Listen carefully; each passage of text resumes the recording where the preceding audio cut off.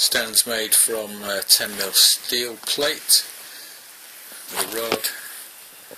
Top section ferruled into the body so it can rotate. Super sturdy. Because this is such a heavy model, the stand had to be very heavy in case you knock it. There's no way you want this thing to hit the ground. Here's a couple of slow detail shots.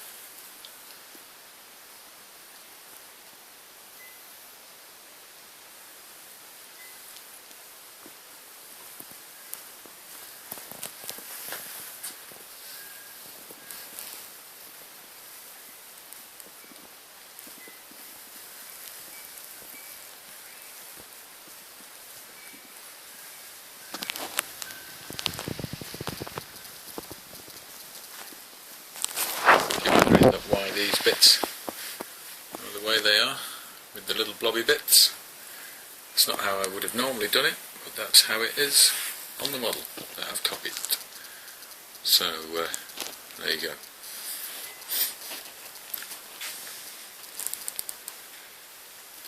An awful lot of detailing on these models. There's a very strange red and white squiggly thing here that sits on there.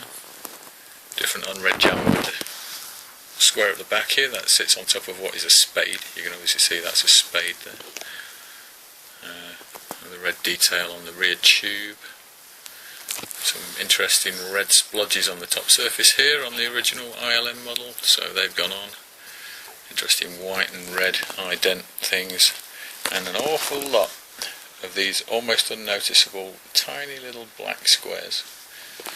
They're all individually airbrushed onto the surface, but they occur all over the place on the model. There's a couple down this side here. You can see them just in the top corner of the window there. And there. This side is obviously made up, as it was unpainted on the original prop. But you can see the little red, rather black dots occur all over the place. Until you look for them, you don't really see them, which is the way it should be. The thing is, the paint job looks quite flat, but when you get closer and closer, you start to see that the individual panels are all slightly different shades. Something your eye doesn't pick up from a distance, but once you see it, you start to notice it. And that's the thing that gives the models the detail without them looking ridiculously cartoon-like. That's what I try to stay away from, is the cartoon version where everything is panel washed with black, and it just makes everything look like a cartoon. In real life, nothing has a black edge to it. Indeed, there is no black on this model apart from the tiny little black squares. That's the only true black on here.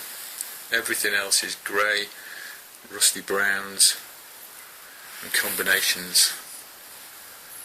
Never pure black. Even on the engine nacelles where you can see the sooting, it's not black. It's black with a combination of a brown, a touch of red. So it gives it slightly more realism when you look at it. Before the weathering, each one of these panels is individually painted in a different shade. Almost imperceptible when you see it like this with the weathering on top, but it makes a difference. The red stripe is not a single colour of red. There's yellows and reds, and each panel has been individually painted with a very slightly different shade. These are the things that make a difference. You can see the sheen from the automotive finish on this one. Also adds a little bit more realism. When they made the miniature, everything was full flat because you couldn't have a reflection because of the way they did the special effects back in the 70s. You don't want a reflection on a blue screen or a green screen. So all these things add up.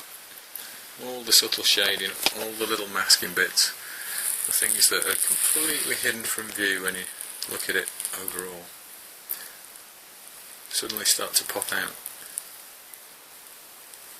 Anyway, that's the world of Star Wars painting. What a weathered universe it is. See ya.